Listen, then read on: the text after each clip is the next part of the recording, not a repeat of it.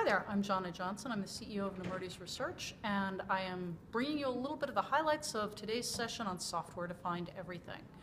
It was a fantastic session. I think a lot of people were very, very interested. I think there were a handful of key takeaways that folks should know about. I think the first one is a general acceptance that software-defined everything changes everything.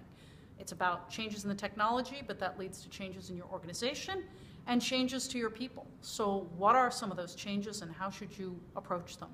Probably the single biggest thing right now is to put in place a strategy from the top down that recognizes that software-defined everything is going to transform everything. Recognize that's the case, but don't set out to have a complete forklift upgrade of everything because we're not there yet. The best way to approach it is modularly based on use cases.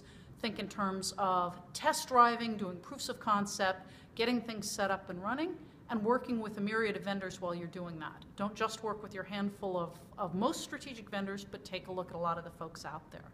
Another key point is the relevance of DevOps.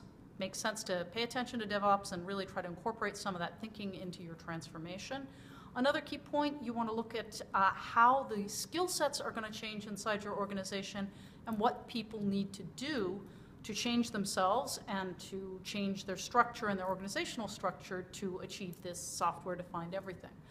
If you go through all of this, you focus on use cases, you take a top-down approach, you explore all the vendor technologies, what are some of the benefits you can get to see?